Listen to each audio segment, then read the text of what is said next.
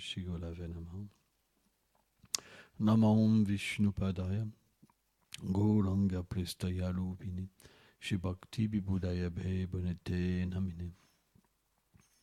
Namah Vishnupadaya Gaura Prestaya Bhutale Shrimad Bhakti Pramodaya Puri Goswaminti Namine. Namah Vishnupadaya Krishna Prestaya Bhutale Shrimate Bhakti Vedanta Swamiti Namine. Namahum Vishnupadaya Krishna Prestaya Bhutale Shrimate Bhakti Daita Madhava Goswamiti Namine. Namahum Vishnupadaya Krishna Prestaya Bhutale Shrimate Bhakti Plagan Keshava Goswamiti Namine. Namahum Vishnupadaya Krishna Prestaya Bhutale Shrimate Bhakti Rajshaka Shiladev Goswamiti Namine. Namahum Vishnupadaya Krishna Prestaya Bhutale Shrimate Bhakti Silanta Sarasvati Dinamine Shival Shabana Videvi Daitaya Klipabdaye Krishna Sambandha Vighana Daine Prabhave Namaha Madhujvara Premadya Shilupanu Gabaktida Shigula Karuna Shakti Veghana Mostute Namaste Go Ravani Shimultairi Nataline Lupanu Gavirudha Pasidanta Vantaharine Shai Shibram Madhvagoya Sarasvat Sampadaya Ki Jai.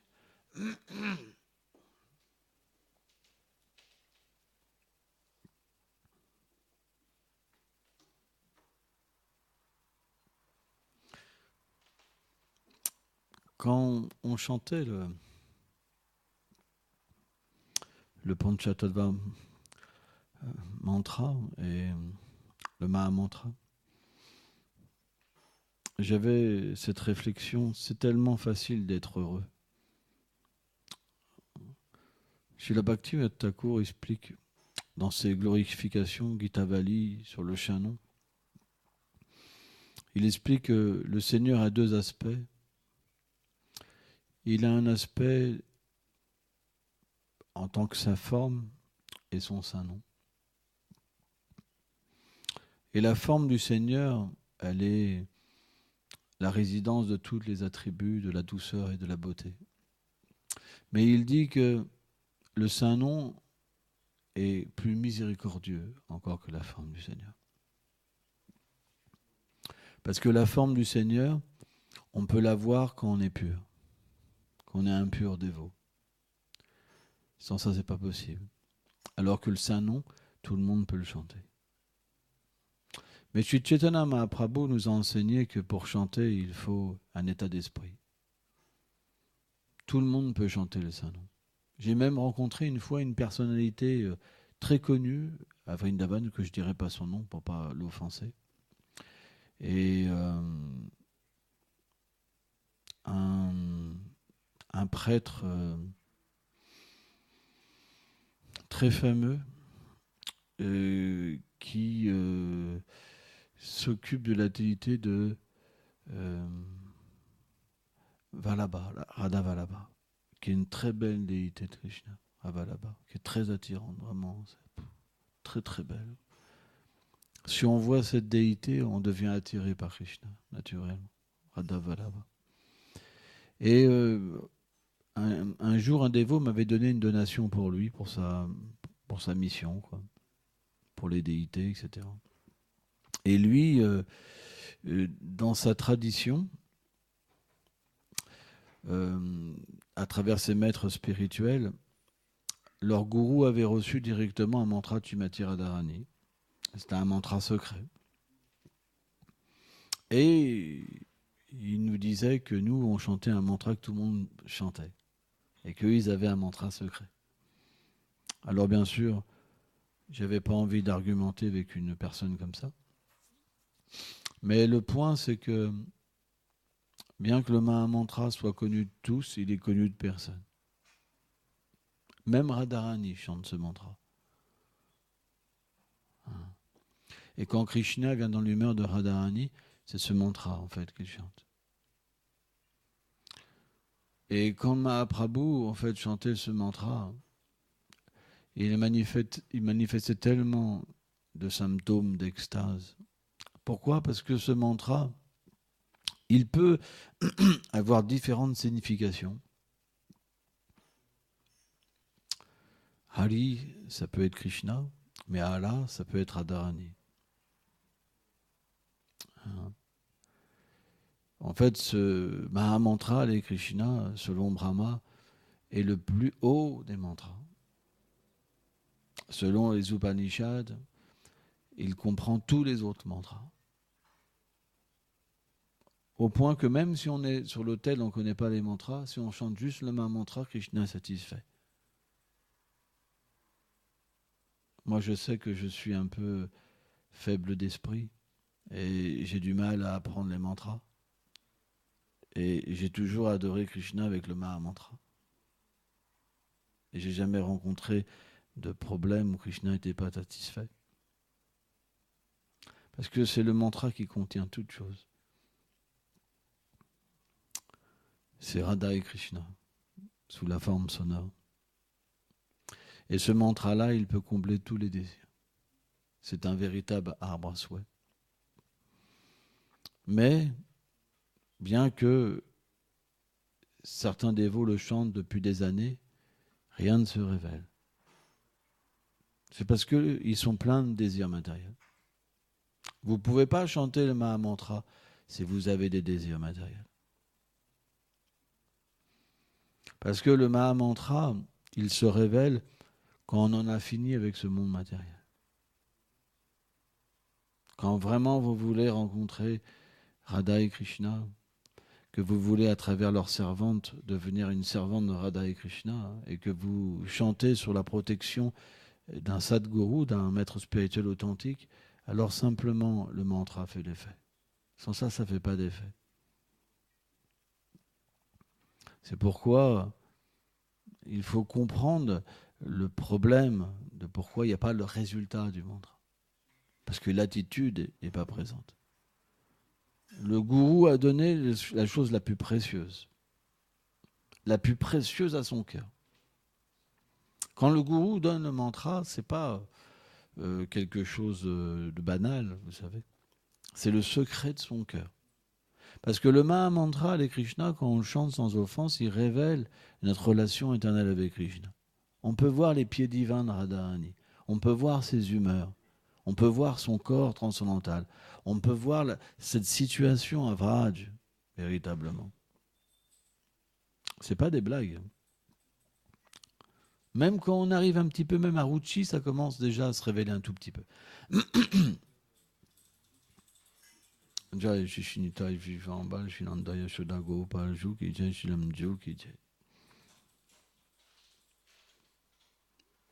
Ruchi, ça veut dire le goût. Est-ce que vous pensez que c'est le goût d'une tomate? Ou d'un abricot? Qu'est-ce que ça veut dire le goût? Ça veut dire qu'il y a quelque chose de supérieur qui se révèle à vous.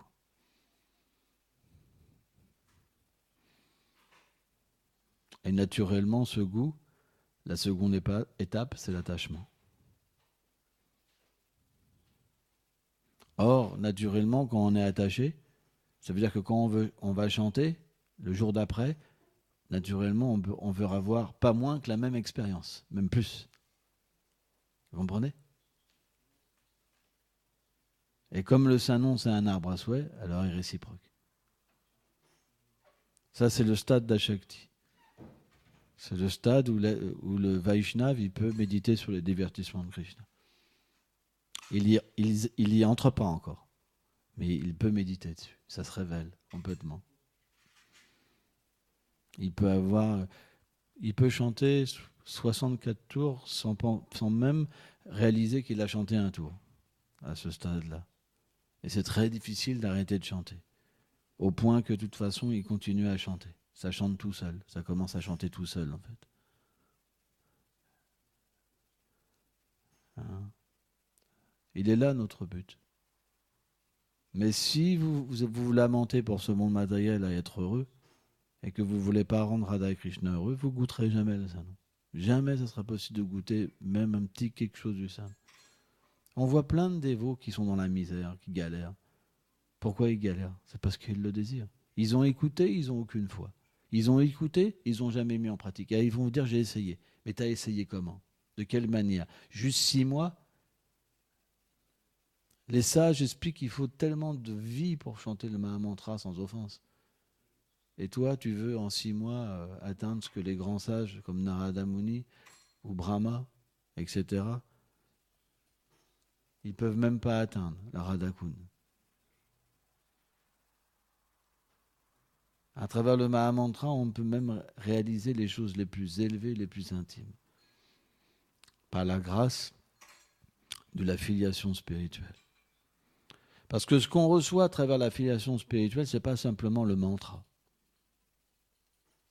Parce que les impersonnalistes, ils chantent ce mantra aussi. Et ils peuvent réaliser le Brahman. Ils peuvent réaliser Paramatma, les yogis, à travers ce mantra. Mais ce que la filiation spirituelle donne, c'est aussi la capacité pour un être pour être introduit dans ce monde transcendantal supérieur. C'est pour ça que Bhaktivinoda Thakur, il dit que le gourou, il donne Krishna, il donne l'amour pour Krishna. Hein? Sambit, la connaissance de Krishna, et l'adini, l'amour de Dieu. Hein?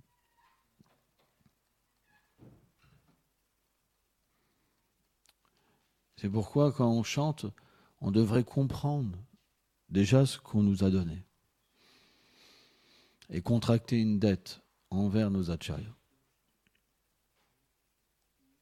Comprendre qu'on a reçu quelque chose de spécial. Et là, après, il va se passer quelque chose dans notre vie. Mais sans ça, toute cette vie-là, on va souffrir. Parce que si vous recevez la miséricorde, mais que vous n'êtes pas apte à la prendre, alors vous souffrirez encore plus que les autres. Pourquoi ? Parce que la miséricorde, ça permet de comprendre la nature de ce monde. Ça permet d'être sensible. Par exemple, dans les espèces de vie, plus il y a de conscience, plus on expérimente la souffrance. De la même manière, si vous ne vous abandonnez pas, mais vous avez reçu la conscience, alors vous allez souffrir. Vous allez être conscient de votre situation dans ce monde. Vous allez vouloir avoir un goût pour ce monde, mais ça ne sera pas possible. Parce que vous avez reçu la conscience.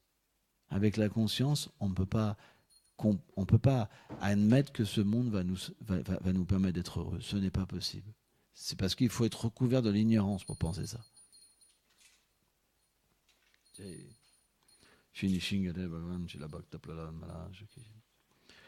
Or, la connaissance,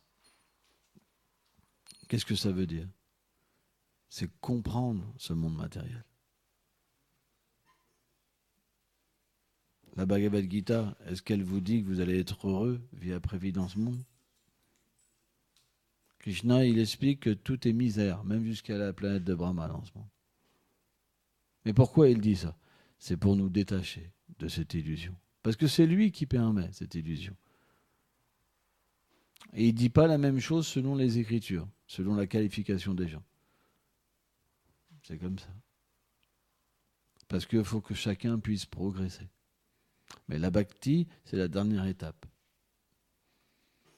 C'est le stade de la vie où on peut comprendre notre relation éternelle avec le Seigneur suprême. C'est pas fait pour des gens qui veulent le bonheur matériel.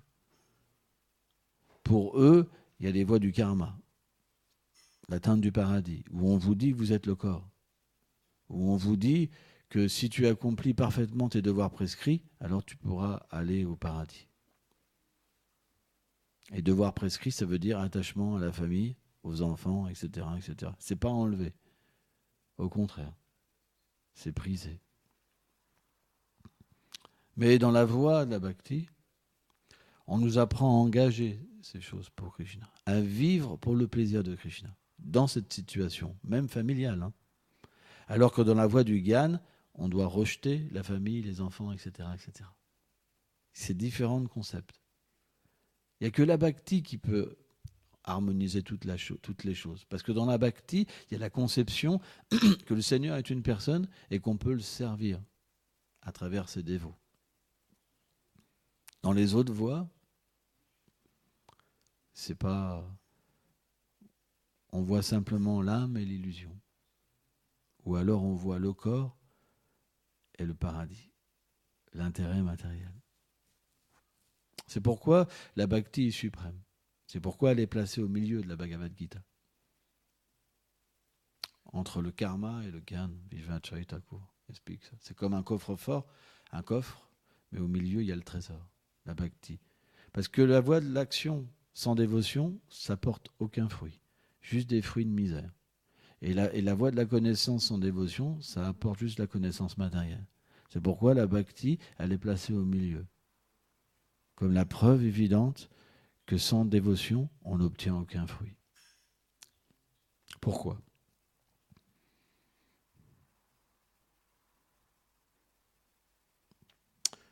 Oh. J'ai oublié mon verset. Bon. Krishna explique qu'il est le maître de tous les sacrifices. C'est à lui que toute chose est offerte, directement et indirectement.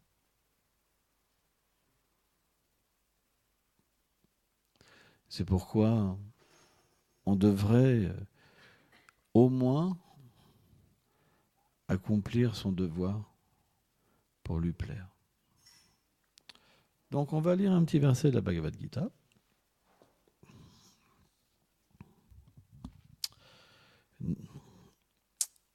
Chapitre 3, verset 4. Narkarmanam anarambam niskalmyam purushasnute natsham sanyasan hevam siddhim samam dikachati. Sans accomplir son devoir, tel qu'il est prescrit dans les Écritures, une personne ne peut atteindre la connaissance qui mène à se libérer de l'action et des réactions. De même, celle dont le cœur est impur ne peut pas atteindre la perfection simplement en renonçant à l'action. Commentaire. Selon Srila Sridhar Swami, tant qu'une personne n'a pas un esprit complètement purifié par l'éveil en soi de la connaissance spirituelle, elle ne doit pas s'engager dans la voie du renoncement ou sannyas. Elle doit plutôt s'engager dans des activités prescrites dans les écritures védiques, en fonction de sa situation sociale. De cette manière, selon Srila Vishvacharya Thakur, elle peut se libérer des réactions de ses actes passés et atteindre la connaissance. Srila Ramanujacharya explique que de telles activités qui sont engagées dans le service du Seigneur pour sa satisfaction suprême, sans en désirer aucun fruit en retour, ont le pouvoir de mener à la perfection. Ce qui implique que sans avoir au préalablement purifié son existence par la voie de l'action désintéressée, on ne peut prématurément s'engager dans la voie du renoncement.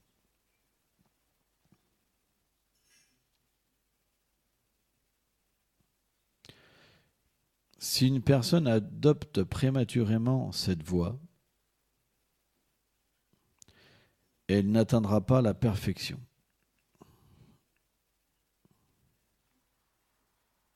Au contraire, elle ne fera que troubler l'ordre social. De telles personnes se livrent généralement en secret à des actes répréhensibles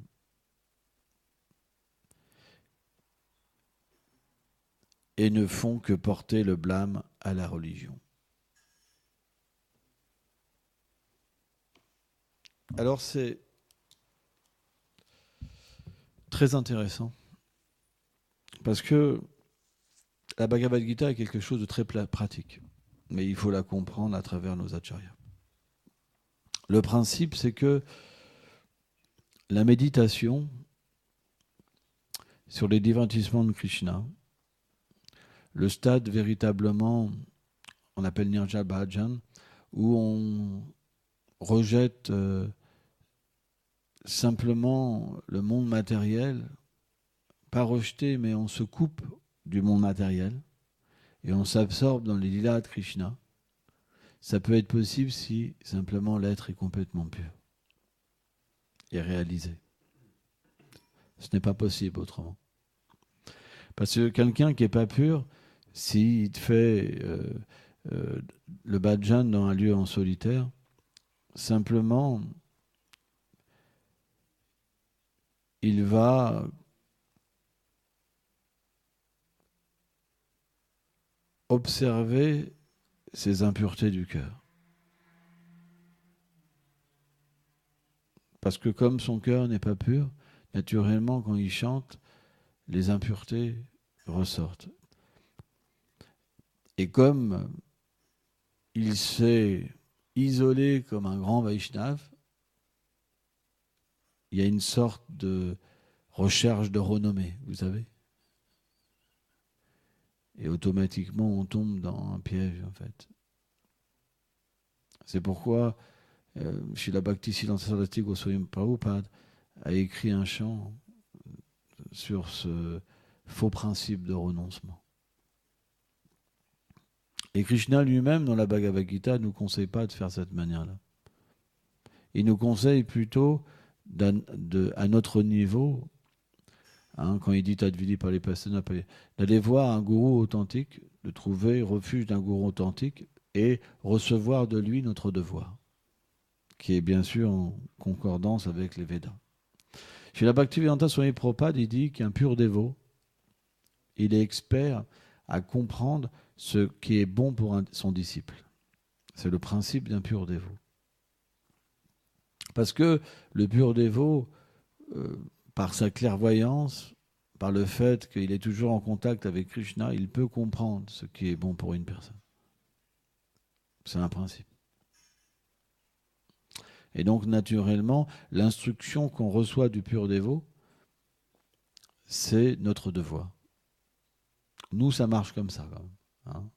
Ça veut dire que, bien sûr, on suit les shastras, les règles, hein, mais l'instruction de notre maître spirituel, elle devient notre vie et notre âme.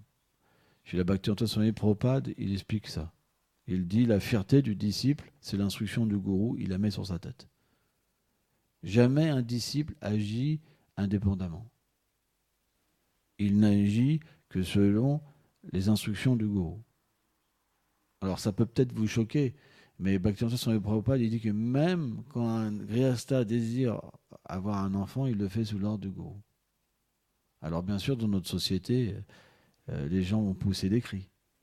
Mais c'est pour vous dire à quel point le disciple, il est simplement focalisé sur l'instruction du gourou. Et de cette manière-là, alors, il devient connecté à la Guru Parampara. Parce que l'instruction du gourou n'est pas différente du gourou. Et comme le gourou, il est représentant du gourou, et que le gourou qualifié, naturellement, il a une position dans la transcendance, dans son service avec Radha et Krishna, l'instruction du gourou est une émanation directe, en fait, du gourou. Et à travers l'instruction, on peut réaliser graduellement notre relation éternelle avec le gourou. C'est pas ordinaire l'instruction d'un pur dévot, attention. Pensez pas que c'est une parole matérielle. Si on est sur un plan matériel, on pourra penser que c'est un plan matériel. Mais on doit concevoir qu'une des 10 offenses au Sanon, c'est désobéir à l'instruction du gourou. Considérer que le gourou, c'est un être ordinaire.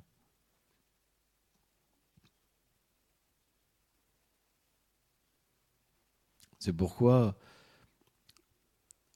moi je m'en rappelle, quand j'étais jeune dévot, j'étais pas encore initié. Et il y a un grand Vaishnav qui m'avait dit, le secret dans la vie spirituelle, il m'avait dit, Bhakta William, je m'appelais Bhakta William à cette époque-là, c'est de méditer toute sa vie sur l'instruction du gourou. Même une instruction, ça amène à la perfection totale. L'instruction du gourou, quand un disciple a foi, ça l'amène à la perfection. Complète, perfection complète. Les disciples qui galèrent, c'est les disciples qui n'ont pas foi dans leur gourou. C'est simplement ça.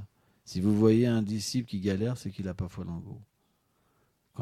Quand la foi est là, le progrès est rapide. Pourquoi ?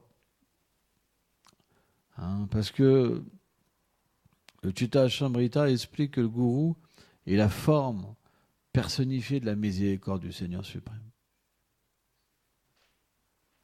Guru Krishna Rupa. Shastra Pramana.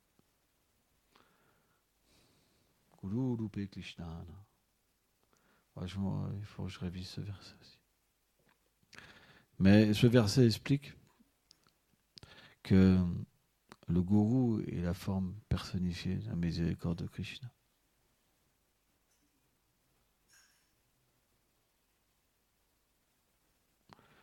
Kalina Bhaktagane. C'est pourquoi,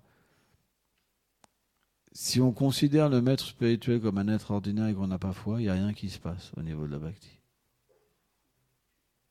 C'est juste ça, en fait, le problème du disciple. Au niveau qu'il a foi dans le gourou, au niveau Krishna se révèle. Parce que c'est le représentant de Krishna.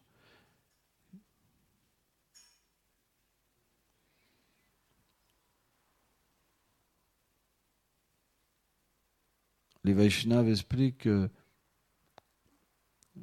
Krishna a été capturé par ce dévot. Et Krishna appartient à ces dévots. C'est pourquoi on peut véritablement recevoir du maître spirituel Krishna. C'est pourquoi Bhaktivinoda Thakur, il court dans un chant où il glorifie la position du gourou, il court après lui. Krishna, Krishna, donne-moi Krishna et l'amour pour Krishna. C'est le principe.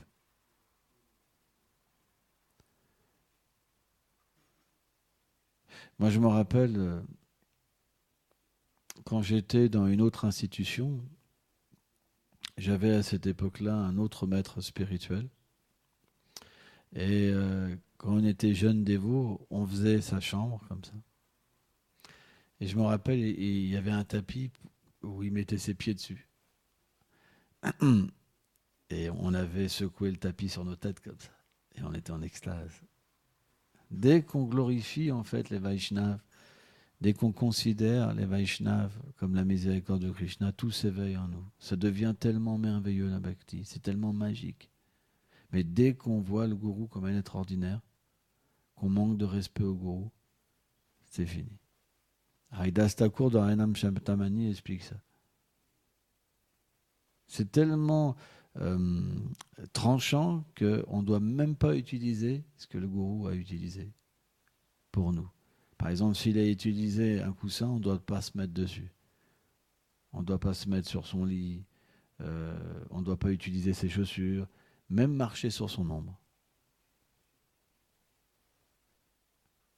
C'est pour ça, on voit les disciples qui galèrent, c'est parce qu'ils n'ont pas d'étiquette, ils ne comprennent pas comment que les choses fonctionnent. C'est pour ça qu'on doit étudier les divertissements de Chaitanya Mahaprabhu surtout. Parce que Chaitanya Mahaprabhu, comme il est le Seigneur suprême, il est venu avec ses associés pour nous expliquer la véritable étiquette envers les Vaishnavas. Et c'est très élevé, l'étiquette Vaishnava. Mais sans cette étiquette-là, Mahaprabhu n'est pas satisfait.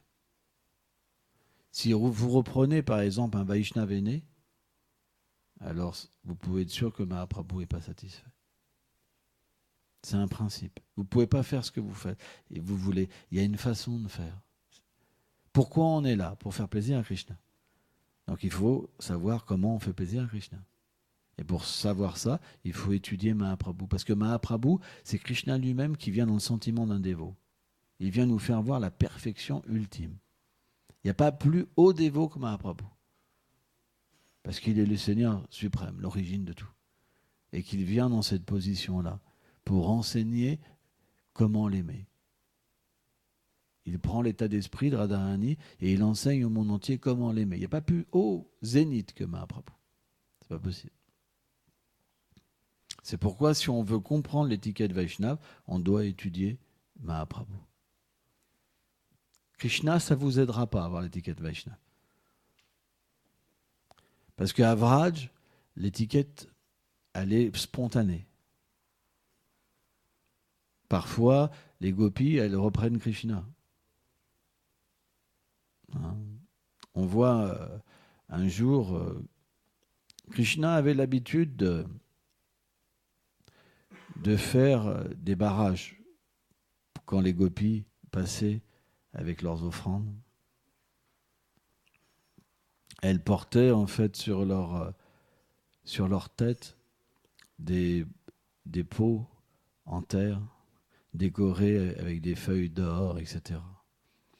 Et quand les gopis marchent, c'est quelque chose, les Écritures disent, c'est envoûtant en fait, parce qu'elles sont le préma incarné. Tout est merveilleux en elles.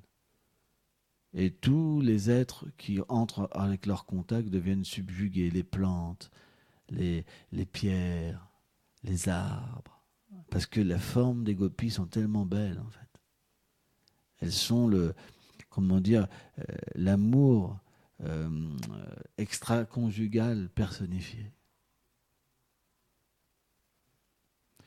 Et Krishna adore arrêter les gopis dans leur méditation, de porter les choses, soit pour un yaga parfois, soit pour aller vendre des produits au marché. Et tous les jours, Krishna, il crée des divertissements comme ça, et tous les jours, dans le monde transcendantal, on oublie. Ça devient toujours nouveau et toujours frais. Parce que sans ça, c'est un principe. Hein. Mais, parfois, ils n'oublient pas. Et les gopis, elles sont parfois un peu fatiguées quand même, parce que Krishna, il abuse quand même, avec ses amis comme Madhu Mangal, comme Subal, hein, ce qui se déguise. Hein. Et puis, ils disent qu'ils sont le représentant du roi Kamadev. Donc Kamadev, c'est le Cupidon, hein. Et donc, elles n'acceptent jamais qu'il y ait un roi comme ça. Qui est votre roi? On n'a jamais entendu parler de lui. Et vous voulez nous taxer? Et Krishna, il dit que oui, tout le monde est taxé, sauf vous. Vous êtes des grands voleurs. Vous devez être arrêtés. Et donc, pour qu'elles soient délivrées, ils mettent au point une taxe avec leurs produits, comme ça. Et bien sûr, dans ce jeu-là, extraordinaire, il y a des personnages comme Madhu Mangal qui, pour accroître le plaisir de Krishna, ils ont un appétit fort, quoi. Ils aiment les gulab jamun. Madhu Mangal, c'est un personnage très extatique, c'est expliqué. Le soir, quand Krishna rentre des pâturages, il est lavé, habillé, et il mange. Et il y a un spectacle le soir, un spectacle spécial, où tous les habitants de Vrindavan de la région viennent pour prendre darshan de Krishna.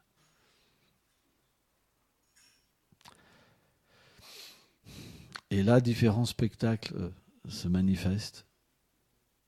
Et Madhu Mangal, il fait un spectacle comique, tous les soirs. Et tellement Madhu Mangal, il fait des grimaces tellement rigolotes que tout le monde fond, quoi. Il n'y a pas plus rigolo que Madhu Mangal. En fait, Krishna, il a des amis tellement merveilleux, qui sont tellement rigolos, qui sont tellement experts à faire des blagues, à avoir des paroles qui ont des doubles sens que personne ne peut comprendre, des énigmes, etc.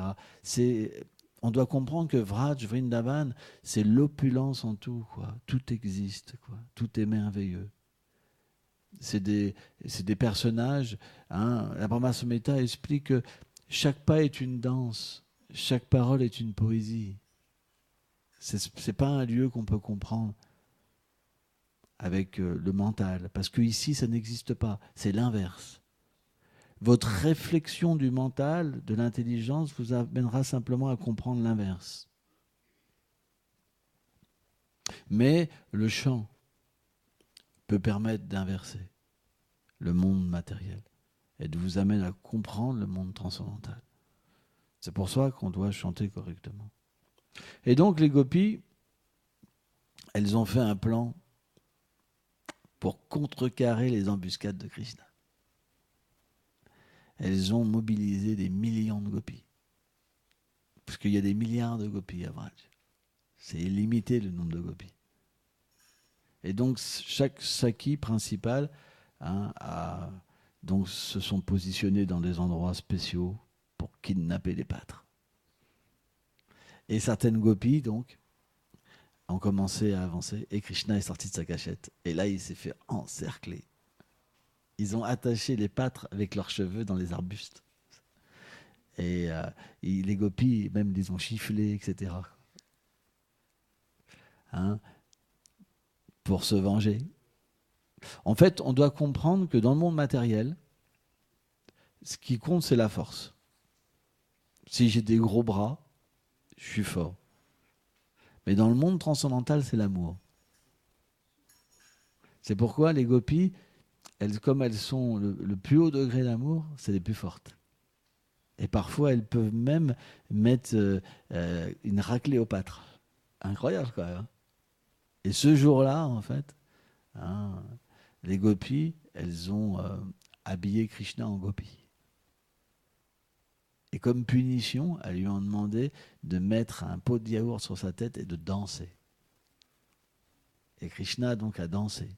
Et Lalita Saki, elle a jeté un caillou sur le pot, et le pot, en fait, il s'est cassé, et le yaourt est tombé sur tout Krishna. Et elles ont rigolé, elles se sont moquées de Krishna. Et les pâtres, ils avaient peur. Ils avaient vraiment peur. Ils voulaient être délivrés et tout. Ah ouais. C'est comme ça qu'elles se sont vengées. Parfois, elles se vengent. C'est le principe. Mais tout ça, c'est fait avec amour. Avec tellement d'amour. Parce que dans le monde transcendantal, ce qui fait qu'on devient kidnappé, c'est l'amour. Par exemple, ici, on va avoir peur. On est dans une situation où on a agi, les matérialistes agissent sans devoir prescrit, donc à un moment, il y a des réactions des actes, et c'est que la souffrance. On est complètement immergé dans la souffrance. On a vraiment je m'en sors pas, qu'est-ce qui se passe? Vous comprenez? Ça, c'est quand on agit indépendamment, sans servir le Seigneur suprême avec dévotion. On devient prisonnier des réactions de nos actes. Et comment dire, ce monde, c'est un monde extrêmement difficile où on a peur des êtres vivants parce qu'on se dit oh là là, ils vont me faire du mal, etc. Vous comprenez? Donc la dépendance qu'on a à travers les gens, c'est une dépendance de puissance, d'argent, de connaissances, des attributs matériels. On a des intérêts. On ne peut pas, dans ce monde matériel, être libre des intérêts. Si quelqu'un nous donne 100 € par mois et qu'on n'a pas un rond, on continuera à aller le voir parce qu'on n'a pas le choix. Vous comprenez? Mais dans le monde spirituel, c'est complètement différent. Parce qu'il n'y a pas besoin d'argent. S'il y a des vendeurs, par exemple à Nandagram, il y a plein de boutiques, mais ils vendent par amour pour Krishna. Il n'y a pas besoin d'argent. C'est parce que c'est pour que sa ville, c'est parce que c'est comme ça, voilà. Il n'y a pas besoin d'argent. Mais il y a comme des échanges, du troc, des choses comme ça. Ça existe même dans le monde transcendantal. Parce que ça fait partie du prema. Ça fait partie que chacun a sa position. Parce que chacun n'est pas une gopi. Par exemple, une jeune gopi. Il y a aussi des pâtres âgés. Vous comprenez? Qui sont des grands-pères. Il y a aussi des grands-pères, etc. Il y a de tout à Vraj. Mais l'âge est éternel. La position est éternelle. Vous comprenez? Et chacun, dans son sentiment, se sent parfaitement bien, parce que Krishna, il s'occupe de chacun. Il va dans chaque boutique, soit pour mendier, soit pour acheter, soit même Krishna peut voler. Vous comprenez? Donc, naturellement, chacun fait son service pour Krishna. Et Krishna vient réciproquer avec les êtres vivants. Les acharyas disent que Krishna se multiplie dans des millions de formes même. Pour que chacun puisse être satisfait. Il n'y a pas qu'une forme du Seigneur dans le monde spirituel, parce qu'il y a tellement de personnes. Déjà, ce monde matériel, c'est tout petit. La planète de Goloka Vrindavan, elle est tellement grande, les acharyas expliquent, que même tous les univers, c'est petit même à côté. Imaginez-vous, c'est pas possible d'imaginer le nombre de personnes qu'il peut y avoir sur cette planète. Donc Krishna, il doit satisfaire tout le monde. Il n'y a que le Seigneur qui peut faire une telle chose. D'être à la fois sur tellement de planètes transcendantales, à la fois créer les univers, être dans le cœur des êtres vivants, d'être à la fois partout présent et être personnel avec chacun. C'est pour ça, quand les gens disent « je suis Dieu », ils ne comprennent pas la position du Seigneur suprême. Une fois, il y a une dévote, ça s'est passé en Inde, elle a vu que tout le monde priait le Seigneur pour ses problèmes. Donc elle a été voir le Seigneur et dit « je voudrais prendre ta place pour que tu puisses te décharger de tout ça ». Et donc elle a pu comprendre qu'est-ce que c'était la place du Seigneur suprême. Hein? Tous ces gens qui disent mère divine, machin, c'est juste l'illusion matérielle. C'est des tout petits êtres parce qu'ils ont des pouvoirs mystiques. Ils pensent qu'ils sont devenus Dieu. Mais s'ils savaient la position du Seigneur suprême, c'est inconcevable. Hein? C'est pour ça qu'on ne doit pas se faire égarer par ces gens-là. Parce qu'on a des désirs matériels, de pouvoir, etc. Ça amène nulle part. Golpe Monday.